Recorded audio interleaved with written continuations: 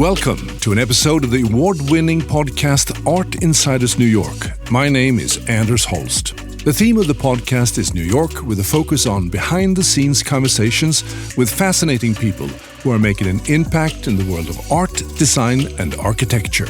Kyle Bergman is the founder and director of ADFF, the Architecture and Design Film Festival, which is the world's largest film festival devoted to the creative spirit of architecture and design. With a curated selection of films, events, panel discussions in cities like New York, Los Angeles, Toronto, Washington, D.C., Vancouver, and online, ADFF creates an opportunity to entertain, engage, and educate everyone who are excited about architecture and design. In this interview, Kyle talks about architecture as storytelling, the striking resemblance between the art of making film and the art of making architecture. We talk about how important it is to use the film medium to expand the conversation about the role of architecture and design today. We discuss knowledge of design, a separate kind of knowledge that tells us when something is well designed or not. And this fall's major event, when ADFF and MoMA will showcase a documentary about the genius of Bruce Mau. Kyle also gives us some great recommendations of films we must watch and reflects on the fact that the films that make it to the festival often has an emotional and engaging human dimension in them. Kyle Bergman, welcome to the podcast. Nice to be at the podcast. Thank you. Nice to be doing this face-to-face. I've heard a lot about you, and obviously I've read a lot about you. And as a Swede, I have to ask you a question. Are you related to the Swedish filmmaker Ingmar Bergman? God, I wish I could say yes. I cannot say yes. Although, by having a connection just with the name, feels a little connected. Yeah, exactly. Well, maybe you are related in spirit. I certainly love film. I think that we have that in common. Yes. So, Kyle, you are the founder and director of the Architecture and Design Film Festival. What is this festival, really? What is it about? It started at this idea. I'm an architect. And as architects, we talk to each other all the time. We have great conversations. But what we, as a group, kind of suck at is expanding that conversation to a wider audience. And I think it's really important for the profession to expand that dialogue. Especially in America and other countries, I think the design dialogue is much broader than just the design community. Yeah. You look at Denmark, you look at Holland, really great design IQ across the board, and Sweden. And in the States, not so high across the board. And so the idea of the festival was to bring films together that both have a human story and a design story, and bring the design world and the design world, non-design world together to watch films and talk and have conversations afterwards. So it's more than just showing films. If it's just showing films, it's kind of like a film series, but the festival part of it makes it a place to come together and engage in that dialogue.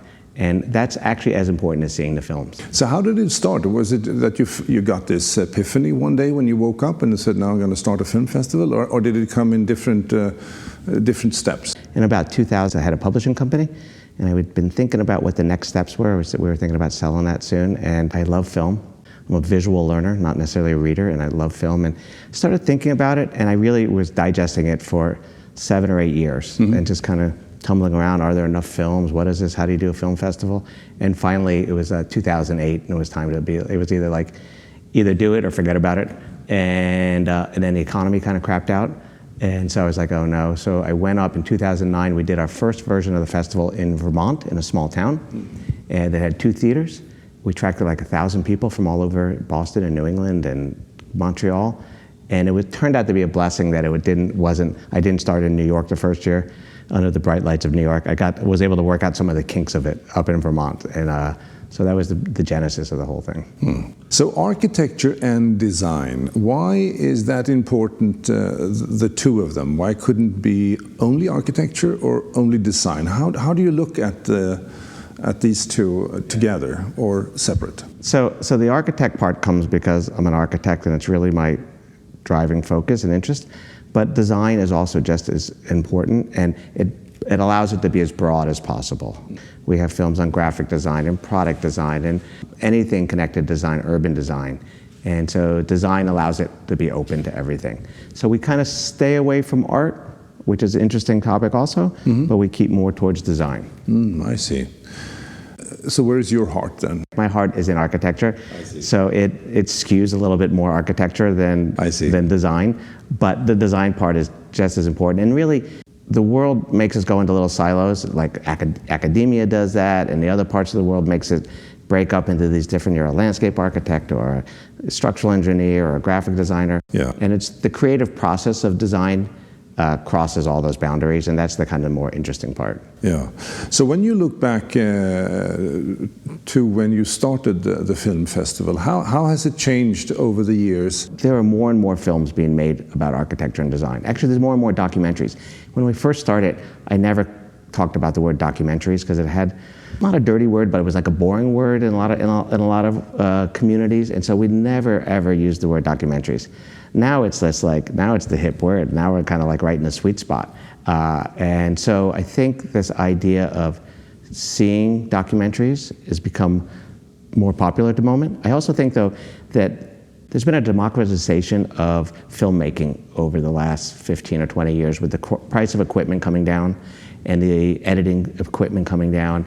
There's a huge time effort into making films. You can do films now with equipment that's available to everybody. And so I think it makes it a much more wider for people to get into it. Yeah. And we see a lot more films. Yeah. It doesn't necessarily make better films because it's wider, but certainly we've had films made by people with done it with no money, made fantastic films, and people. There's a great opportunity there for people who are good storytellers. And the quality of the iPhone is a phenomenal camera. Yeah. I mean, that's that democratization of yes, you can have beautiful cameras and they can do special things, but the iPhone is a pretty powerful camera. So in the film festivals, are there different categories from that point of view? I mean, very low budget or medium budget or big budgets? No, we don't break it up that way. It's either a good film or not a good film. And we don't do any awards. Like, there's always this push to do awards. And I think in small festivals, the awards make it too competitive. There's enough competition in the world out there. Yeah. We basically think if you get into the festival, that's a winner. Yeah. It's kind of like, I always think like the Olympics. We should do away with the gold, bronze, and silver, and count out how many.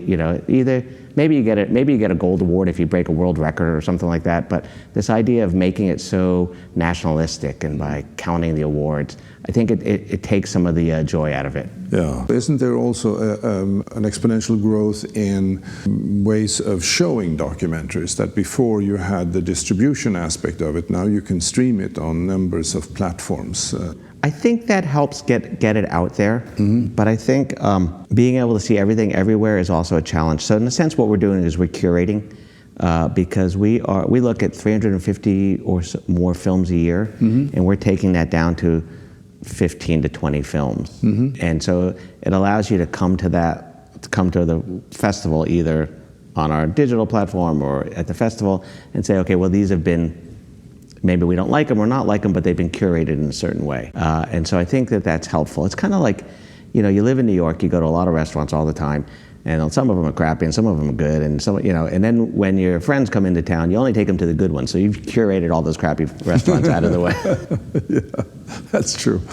How do you choose the films? I guess you have to take into consideration a number of different factors. Is it a committee, or are you are you Putin here and decide? I'm not Putin. I don't ever want to be Putin. I look at them all as they come in, and then we have a committee of people that review the ones that make it to past that first cut.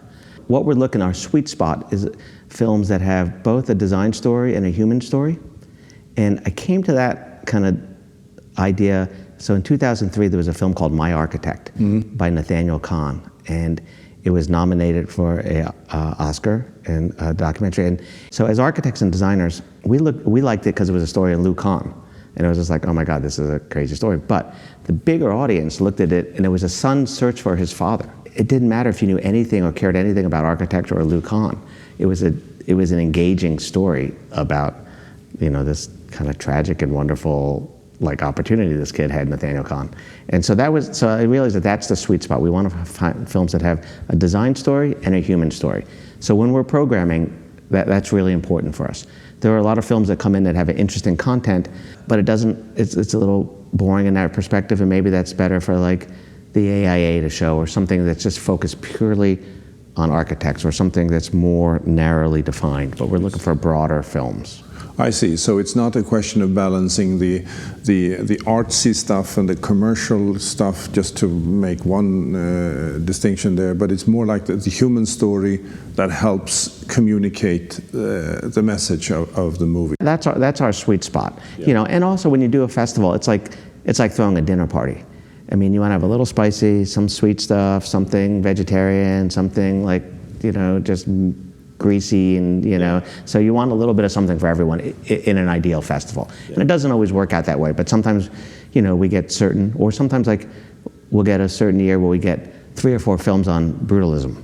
And just to show 3 or 4 in the same festival might not make sense. Yeah. So they kind of get, so that you make some selection process based on that as well. I see. And also, our audience is diverse, and some people gravitate towards certain films, and other gravitate towards other films. And I don't think everyone's going to love every film in the festival, which is okay. They don't. It's not necessarily the goal. Yeah. We don't select films necessarily because we think because they're going to have a wide audience. I mean, some films we know. You have a film about Zaha Hadid, or it's a name recognition. Those have more people that are attracted to them. But sometimes we select films that are just really, really good, and we know that they're not going to be the broadest audience, but we select them because they're the right film for the festival. Yeah. So when you pick films for your festivals, what about the young filmmaker? Are you making an exception for them, or are you having supportive activities, or are they competing on the same level as everybody else? I think they are. We don't have a student competition level. We just want the films to be of a certain quality, and it doesn't. Some of our films are not the same technical quality. They're not always this. You can see some of them are made with no money, so we're not worried about it having to be a great, so well produced that people can't get involved. Or we have films sent in from countries all over the world with less resources, so it's not. So I don't think that's the barrier to entry. But I don't have a student competition, a master's competition. And when I first started, I was a little worried if we were going to get enough good films every year. And so far, we've always had enough good films each year. But it's always been like every year I think, okay, is this the year we don't get any good films? And then what do? We do a retrospective.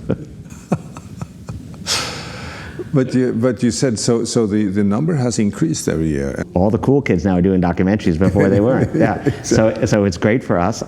So there's a submission process. People submit from all over the world, but we also keep track. And so at this point people know us.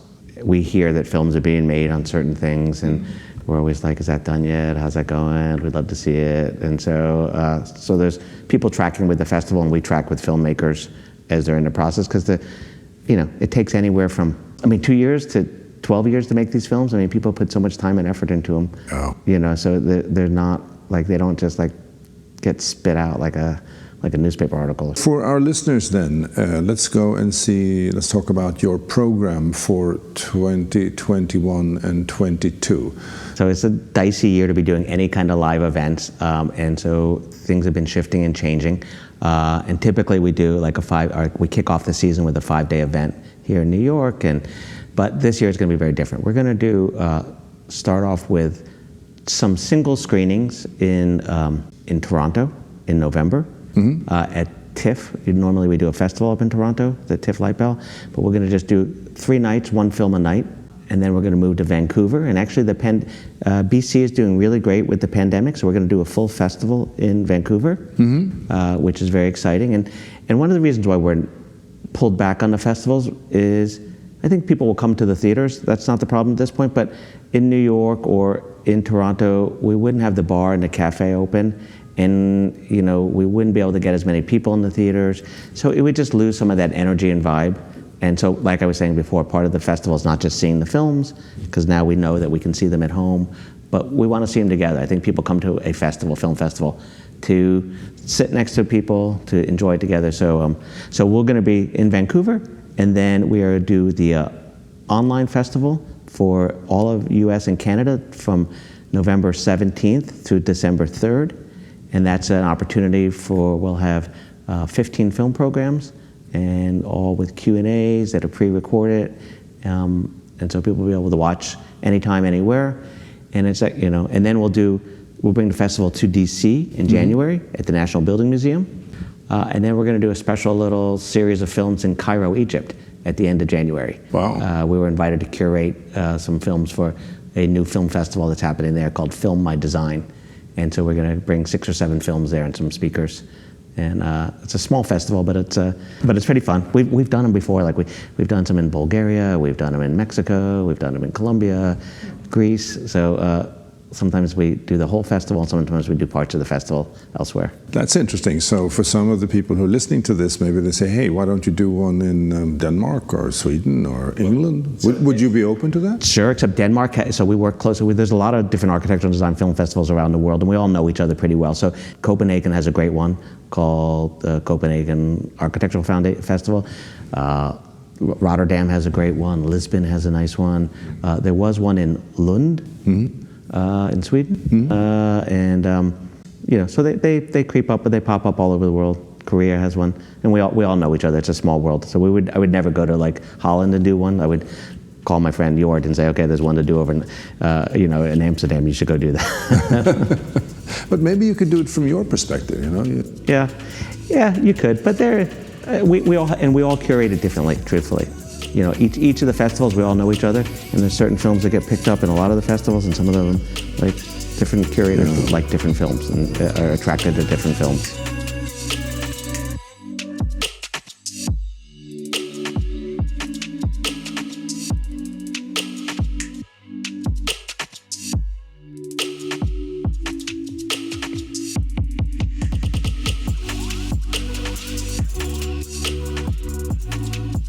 What about New York?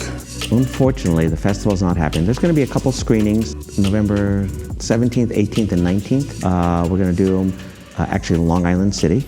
As part of the series that we're going to do, the week that we'll kick off the festival here in New York, we will have some screenings at a place called Eventscape. They have a great big venue in Long Island City. We'll show a couple nights of films there. And there'll be drinks, cocktails, film, talk. Little mini versions of what we like to do, but really it's going to be focused on the online version of the festival that will happen everywhere. As much as we wanted to do the festival, it's just the pandemic rules this year, and we just got to follow the pandemic. And we have sponsors who want to be involved, but everyone's a little nervous. I mean, I think we're going to get to the other side of this pandemic soon, but everyone's still nervous, and so you got to go slowly. We may add some more screenings that week, which is kind of when we're kicking off the online version of the festival, and everything will go to our website, which is adfilmfest.com, and people can go there and keep track of that. But we are already planning for 2022, and New York is really our kickoff of the festival. It's really our home base, and it's our biggest one. But we do it, and then we go to LA, we go to Toronto and Vancouver, and DC has been our recent kind of circuit. But we also program films for the AIA's National Conference, wherever that is. We program films for them, and we program for other places as well. Sometimes we program films that don't play in the festival because someone is looking for a specific content or specific direction of some programming. In addition to this, though, you have an event together with MoMA and Bruce Mau. And Bruce Mau, yeah. So we are going to do, so it's going to be a private screening at MoMA. One of the things we were originally going to do this year at the festival was do opening night at MoMA, but it turned out that it was complicated with that because of COVID. But we are going to do a private screening, and Bruce Mau is going to come in. So there was a film that was made last year called Mau, and it actually was selected by the very prestigious South by Southwest Film Festival, but it only played there virtually. And then it played at another really great festival called Hot Docs, but also virtually. So this will be the first in-person screening with Bruce Mau live in a theater. And so Bruce and his wife, Busy Williams, who's his wife and business partner, they're coming in from Chicago. And we're trying to get the two directors, they're both Austrian, coming in from Vienna, but having issues with travel from Europe. We'll see if that's going to happen or not. And Paolo Antonelli will do a Q&A with Bruce Mau and Busy and the directors. And it'll be, it's nice to do things at MoMA. We've worked with MoMA before, and it's always nice, but it's going to be a small and unfortunately not public, by invitation only. I was just thinking, when can we buy tickets for this? I wish I could sell tickets. I would love to sell tickets to that. Will it be online though? No? No, but we will record the conversation that Bruce has with Bruce and Busy have with Paolo Antonelli. I was curious about Bruce Mau because I have to confess that I didn't know of him at all. So I went to Amazon and I bought this beautiful book, a light pinkish, huge book from Phaidon, and it's very interesting. It apparently contains 24 values for massive change in your life and in your work life, and I've just started to plow through it. It's very well designed, I have to say. Who is Bruce Mau? So Bruce Mau is interesting because when the film came across, I thought like, okay, everyone knows Bruce Mau. Turns out not everyone knows Bruce Mau. He is most famous, I think, in the architectural world for doing the book Small, Medium, Large, Extra Large about Rem Koolhaas.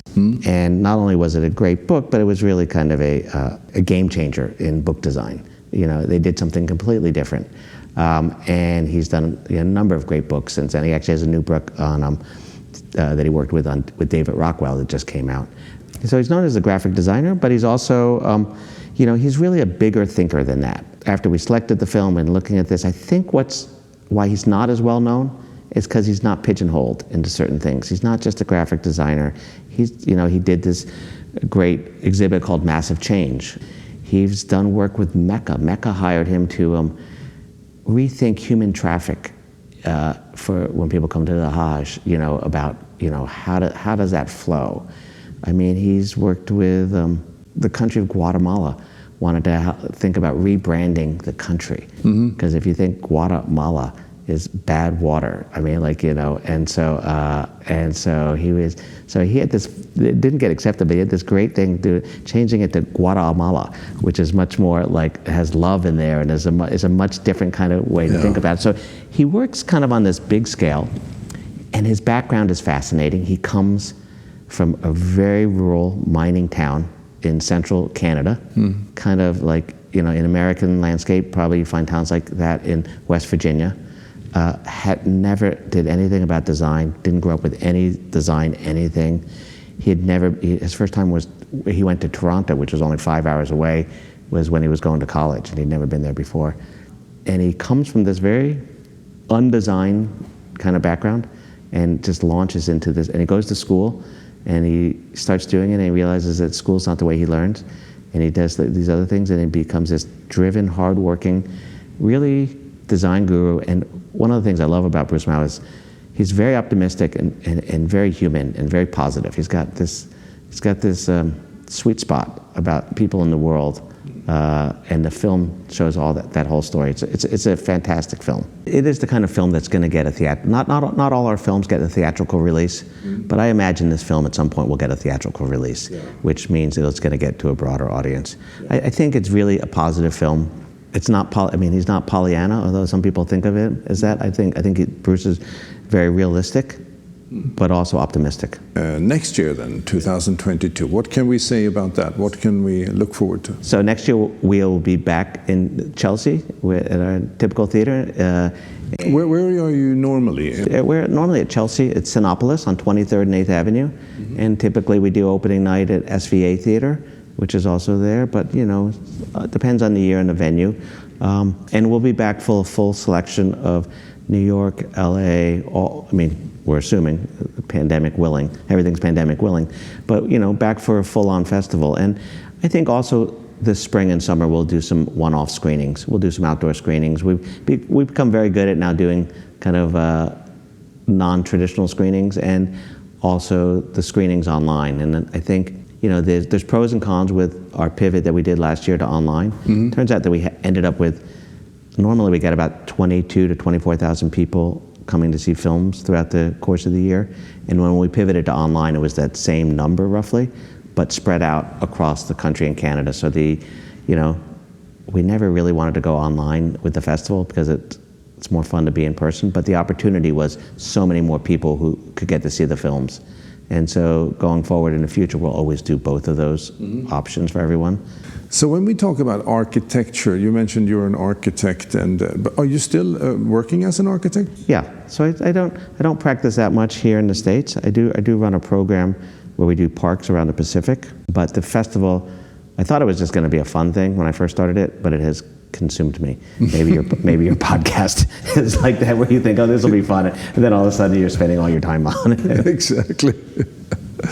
So I'm not actually practicing architecture at the moment. Okay. But still licensed and still. So when talking about architecture, so what do you like? Now this is of course sensitive questions here because you must be impartial to all the various aspects of architecture. But if I can ask you, so what is your personal favorite? Are you of these isms? Are you? So I try to stay away from isms because they're so fraught with problems, or favorites. But you know what I really think is good design. Like you can tell when something's good, and I can enjoy good modernism, and I can enjoy. I'm not postmodernism. I'm not quite sure I can enjoy that yet, but I can enjoy good class. I mean, like when you're in something that's well designed, even if it's not your thing, you can just feel that the quality of design in a place, and so that's important. And so you see it in churches, you see it in old buildings and new buildings. You walk in and you feel it. Like, you go into, I don't know if I'm crazy about a lot of Corbusier stuff, but you go into Ronchamp and that's just like one powerful piece of architecture that just kind of stops you, from seeing it from the outside and going inside of it. So it is the power of good design, I think. Actually we have a new film about a Danish architect, Dorte Maltharp, and her title of her film is called Another Kind of Knowledge, and she talks about this, which is interesting. Like there's this design knowledge that you have, and it's not like reading or writing, but there's this you understand when something's well designed, and especially architecture, because we all feel it, and I think people understand architecture. Humans understand architecture. They can't always articulate it if they're not necessarily trained about it, but we all kind of get it. You just kind of know when something's well designed. If you're thinking about it just a little bit, you just know it. So that's what's important to me. If you look at Saarinen, he's such a great architect, but there's no Saarinen style, and I think it's why he wasn't. He's not as well known as he should be. Yeah. Even though his buildings, they're not that many. I mean, but each one is, and Kahn too. Even though Kahn had this modernist, the buildings were all slightly different. Although Kahn was a little bit more similar, but I think there's this, and even Frank Lloyd Wright. I mean, he had periods of certain styles, but the Guggenheim is nothing like Unity Temple, or Beth Shalom Synagogue, or the Marin County Courthouse. They're all different. They're not a specific style. Same question applied to design then? Never been one for favorites. I don't have a favorite food or favorite design, but you feel like when you're eating and you pick up silverware that's well designed, you just kind of feel it. It just feels right. It's good, and it kind of relates. I'm not, there are other people who are very dogmatic, like, I like this, I like pink, I like, this. I don't have that kind of sense. Rams. Yeah, Dieter Rams. I like Dieter Rams, and there's people, and actually, it makes me a good curator for the festival. Yeah. Because I don't have there are festivals that are specifically related to a very specific topic, and so it serves me well for this because I kind of like them all. We had a film last year about old Russian churches, and they were just amazing buildings and just like these old wooden churches in northern Russia, and just phenomenal, so I'm a bad one for favorites. That makes you a good curator because you're not biased. You go on your feelings and your instinct, I guess, which is a good thing, right? It is. I think for that, and I've watched a lot of films, and I stay with, when we preview the films, we preview them all, beginning to end. You got to stay with them, and you got to watch them. You can't preview on your laptop. You got to project it and see it big because there's something powerful about seeing the film, the whole thing, and really sitting and watching it. It actually takes, if you programmers who program festivals, it takes a fair amount of energy and concentration because it's not casual watching. It's really kind of, and when we select a film, I've probably seen it 2 or 3 times or more before we make final decisions on which one. Because, and then a lot of films too that people think they should be in the festival because they're about a certain well-known designer or architect. There was one on the Lucan building, and the filmmaker was very upset with me. How could you not show a film about this building? and it was a pretty good film, but there was some problems with it, and so we don't select those. It's got to be some payoff at the end of the film. It's like a book too, or like a story. Yeah. There's got to we had a film on Lina Bao, the Argentinian modernist architect, and it was a pretty interesting film on her. But at the end of the day, you never saw her work, it was just people talking about how good her work was, but you didn't actually see it. And it was all beautiful words, but it was like you left you kind of like, oh God, okay, there was no payoff. You gotta have a payoff.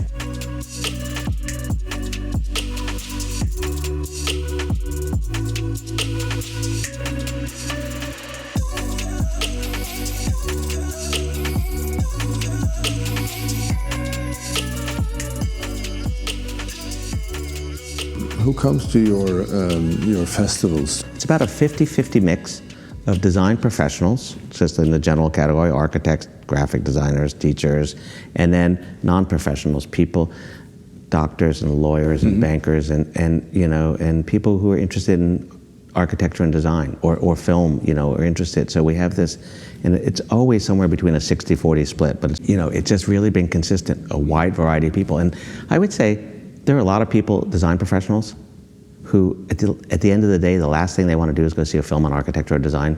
They want to go play golf or do something else, and and it's a big world and a big profession. So what do you do during the spring? Of course, you plan for the fall, but also you have some time when you go exploring, I assume. Sure, I go travel and exploring, but the spring is the time we raise money for the festival because it's all done by corporate sponsorship. That's what pays for the festival. Ticket sales don't really make a festival work, and so they're making their planning decisions for the fall, usually in Q1 and Q2. So those are kind of like our time where we're out trying to raise money for the next festival, and then like the third and fourth quarter are really more like. So there's 3 things with doing a festival. There's part of it is raising money. Yeah. Part of it is curation, kind of programming. And part of it is throwing a party. And so that has these 3 different legs of it. And so in each part of it, there's this kind of, first you got to raise the money, then you got to kind of curate it, and then you got to throw parties. People who run festivals in Europe, it's almost all government supported. Yeah. And so they don't have this issue at all. They're just kind of like, they're like, oh my God, you got to raise all the money. So it's a different, and they cannot believe that American, like, that the government doesn't really support the arts, and it really doesn't. No. I like what you said in an interview here about architects tend to forget that what they're doing is storytelling. I interviewed Marcus Fairs, the founder of Design, and he said that architects has a tendency of being very academic when they talk about their work. And what made Design so successful, he mentioned, was that they only show the photos, the beautiful photos of the building, which people find very attractive and communicate directly. And I guess that is one reason why you're doing this festival, is to develop that storytelling competence, really, and to spread the. So what do you think of the architecture in New York?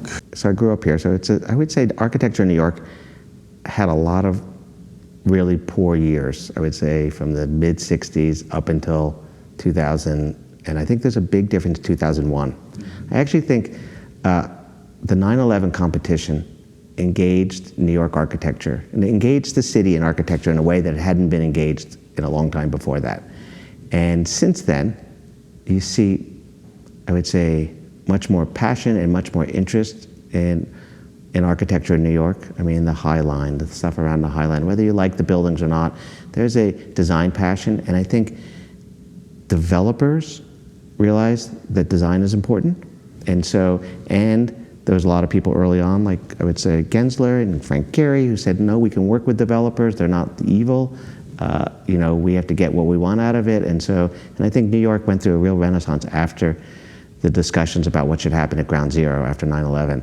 And you can see that in buildings large and small throughout New York. And I think New York since then has become a much better design, much better buildings have been built since then I would say for the 30 years before that, since probably like the beginning of tearing down, Penn Station and that whole bit. That's incredible. Maybe that's a theme for a documentary. I think it is. I've tried to pitch some people. It's a really great documentary. There's a great story there because it was the civic engagement, I think. Uh-huh. I think there's a couple things. I do think it's because architects feel like it's not bad to work with developers. Uh-huh. And I think architects are understanding storytelling. If you look at what I think are some of the better architectural firms right now, like I think Bjarke Ingels Group, they're fantastic storytellers, and Bjarke is a great storyteller. And obviously a lot of people, it's not just him designing, and it's a very large organization, but they are doing a great job of telling stories with their buildings. And I think Heatherwick is doing, a studio is doing great stuff. And Jeannie Gang is, there's a sense of, architecture is storytelling. It's one of the commonalities with film. And I think that you are telling a story by your choice of materials, by how you engage with the street, how you engage people. Those are all part of the storytelling quality. And if you look at Frank Lloyd Wright, master storyteller, and his buildings are fantastic because he was leading you through, telling you a story from the time you saw the building until the time you walked away from it. So what do you think about Hudson Yards? I think it is fraught with problems. I think the Shed's a really interesting building. I like the Shed as a building. It doesn't feel as urban. Even though it's in the middle of a big city, it feels a little too walled off for me. It feels a little too monolithic as far as economically. But I think over the course of time, it will grow in. The city is bigger, I think, than the development. And the Time Warner building, I wasn't sure it was going to work in the beginning. I thought it was just going to be a big mall that nobody used. It turns out to be pretty successful and works well. Mm-hmm. I think Battery Park City, when it was first done, felt a little isolated and didn't work, but the city grew into it, and now it's become a great place to live. Yeah. So I think it's going to take time. Yeah. I think it didn't develop the way a city should develop, which is slowly and piecemeal and gradually. It just was a little bit too big a chunk of real estate that got it felt like it just landed in, and it's landing in right now and still landing in. In 20 years, I think it will soften up a little bit and be more integrated into the city, and it'll be better at that point. I agree with you. Even the Eiffel Tower was a big disgrace when they built it, right? And now everybody loves it. It's like an icon for the city. Exactly. Well, the Guggenheim was not loved when it was first made. No. I actually think the Calatrava building, people in 20 years are going to love that building, even though a lot of people... the downtown station, there's a lot of pushback against it, but I think that's going to become an iconic building, but it's going to need one more generation. I think so too. It's a little barren inside, right? It's a little empty. It's a fantastic, the first time I went in there, I lost my breath when I was looking at that incredible. Me too. Yeah. I think so, and I even think on the skylight. I like it's coming down the street. Yeah. It's a little tight against some of the buildings in there. It is. But I don't know. I think it's there is something inside. When you're inside, the light and you look up, there's something, I don't know. It's like a cathedral. It has a cathedral quality to it. There's something, it's a cathedral to public transportation, I don't know, and shopping, but there's cathedral quality to it. Yeah. No, it's a fantastic. Yeah, it's exciting times in New York. A lot of things are happening here. And I think what happens, there's pushback. Change is tough. Yeah. And then as soon as it happens, then you look at bicycling in Copenhagen. It wasn't always a bicycle city, but they started it in the 70s. Yeah. And it took a while for that to catch on, to be like, oh yeah, that's the way to do things. Yeah. And here now it's catching on here and having the bike lanes. And I think, I bike I use all transportation. I have a car, I bike, I subway, I walk, I do them all. I think the next step for biking in New York is we have to make the bikers abide by the biking rules. Mm-hmm. And I think it will make it a better biking city and make it a better city for all the other, right now it's kind of like bike crazy out there, You go down Broadway and guys coming straight at you. Yeah. That's interesting, the storytelling part of it, like that. Well, there's so many things that are similar between filmmaking and architecture. I mean, if you think about it, there's really a lot of similarities. I mean, they're both storytelling. They're both public. They're both this balance of art and science. They're both collaborative processes, none of, even though you have a name, big, Bjarke Ingels, there's 100 people working on a project, or a film. It's not just Ingmar Bergman making the film, but and architects and, let's say, directors are both generalists, and so they have to command this whole team of people to make these projects happen. So there's all these similarities between the two, and especially storytelling. I think that's the most important. But have you thought about being a filmmaker? Have you? Yeah, of course. I think about it all the time in the last 20 years. So is that the next step? I don't know. I have projects in my mind of films I'd like to make and things I'd like to do or things I'd like to see made. Yeah. I look at so many films and I look at architecture. It seems like a natural outgrowth to make a film. I'd like to do a film on gentrification. Uh-huh. I think gentrification, there's a great film to be made on, and if someone out there is listening, you could just make it, save me the time and energy. But it happens in cities, it happens in suburbs, and it happens in rural areas. And it's the same, there's some similarities how they happen, they just happen at different speeds, different paces. And I think gentrification is not a bad word. I think it's a process of change. And I think someone should make this film of how do we encourage good gentrification rather than bad gentrification. You see many examples here in New York about great architecture, but it's somewhat architecture for the rich in a sense, because it's for the developers, it's for people who can afford to buy an apartment or rent an apartment, or for companies and stuff like that. Have you seen any interesting examples of great architecture for affordable housing? Sure. or Sure. for that in New York? Yeah, so there's a project called VIA, which is out in, I think it's in the Bronx, pretty affordable housing with a lot of environmental issues. There's been a number of good competitions for libraries and police districts, police buildings throughout all of New York that are coming. And so I think when you raise the architecture bar, it may start for places that have more money, but it starts to raise the bar everywhere and makes everyone start thinking about architecture and design. I mean, I think that's why Chicago is such a great architecture city. You go to Chicago, you get in a cab in New York, and I don't know, cabbie, they talk about whatever, not so much. You get in a cab in DC, they talk about politics. You get in a cab in Chicago, and they talk about architecture. I mean, it's a city that is just and it just, I think it's just everywhere, and it's not just in the wealthier areas, but it's throughout the whole city, I think. And but why is that in Chicago? Why? I mean, the skyscraper was born in Chicago. Yeah. Is that correct? The skyscraper was born. I think there's just a pride in the architecture, and there's been a lot of great architects from there. Mm-hmm. I don't know why, but there's got to be, maybe because, in the fire in the 1890s and the World's Fair, that there was this rebirth of a lot of architecture that happened. Starting in the beginning of the 19th century, that came out. I don't know if that's the reason or not, but it is just everywhere. And people are proud of their architecture there. I guess that's what they're proud about. One of the things they're proud about, and everyone knows architecture there. When a couple of years we did the festival there. Yeah. It was always the best audience. I have to say, it was the most sophisticated architectural audience, and people came from all walks of life, and everyone had opinions, strong opinions, and sophisticated, I would say it was the most sophisticated architecture town in America. I'm probably going to get shit for saying that. Yeah, after the northern side is Chicago next there. Why don't you have a film festival there? So we did for a number of years, and then it stopped. It just had a challenging time funding it, and it's one of these things that I don't have deep enough pockets just to fund these things, so we have to raise money to make it happen, and I just didn't have the connections. And but I'd like to bring it back. That I keep thinking about it. It's a great architecture city.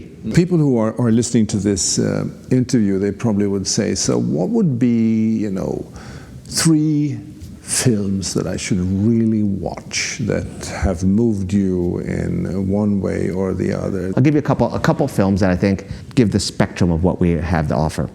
There was a film made called Unfinished Spaces, and it was a film about a project in Cuba, and it was actually designed right after Castro came to power, about a national arts built center made by two young filmmakers at the time. One was a filmmaker, one was an architect. Perfect combination for these kind of films. They spent about 7 or 8 years making it. And it is a film about these beautiful buildings that got made, but they didn't get finished. Castro, in about 2000, decides he wants to have them finished. And he brings back these architects who had left to come back and do it. And so it talked about the political history of Cuba. There's the kind of euphoria when Castro comes into power about we're going to change the world. These young people who are like everything, you know what, Castro and Che, there's this classic picture of Castro and Che Guevara. They're on the golf course with these guys who have the golf course, and they're like, we're going to take this land and we're going to make it into an art center, which they do, you know, and there's this kind of irony to that and interesting. And so this film covers the design and making of these buildings, the kind of then how Castro then goes into this phase of wanting to go more utilitarian and Soviet bloc kind of buildings, and the kind of gray years of Cuba, and then later. And the film is so good that it played both at the Havana Film Festival to rave and the Miami Film Festival to rave. And so that's a tough nut to get with a film on Cuba. So Unfinished Spaces is really a beautiful film. There's a film called Antwerp Central, which is about a train station in Antwerp. It's done with a little magical realism. It's talking about the history of this building. There was a new camera, inexpensive camera called the Red camera, and it was a fairly high quality camera, but wasn't too expensive. And some filmmakers used that, and they made this fantastic film just about the train station. Talked about the history, how it's used. Talked about urban planning, where it was placed, how it was influenced what happened there during World War II, and a new addition that was made to the building. And it's a beautiful film, a Belgian film. I actually think the Bruce Mao film is going to be a classic film, and even though it's coming up right now, it is, it's called Mao, and it talks about him as a human, talks about his design thinking, smartly made film, and you can either see it at the festival or it will play forever. It's going to have a classic sense to it. I'm bad at picking favorites. I like them all. Yeah.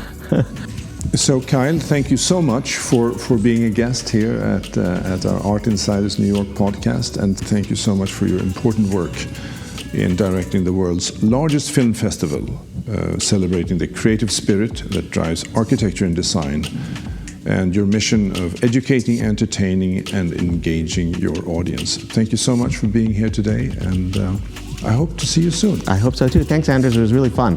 And I love your podcast. Congratulations. It's really great. Thank you, Kai. This is Art Insiders New York, and my name is Anders Holst. If you enjoyed this episode and have family and friends who love New York and are passionate about the world of art, design, and architecture in the city, please spread the word by following us on artinsidersnewyork.com or liking us on our Facebook page, Art Insiders New York, where we publish newsworthy material all the time. It's very much appreciated. Thank you. This episode was produced by UOM LLC, copyright 2021.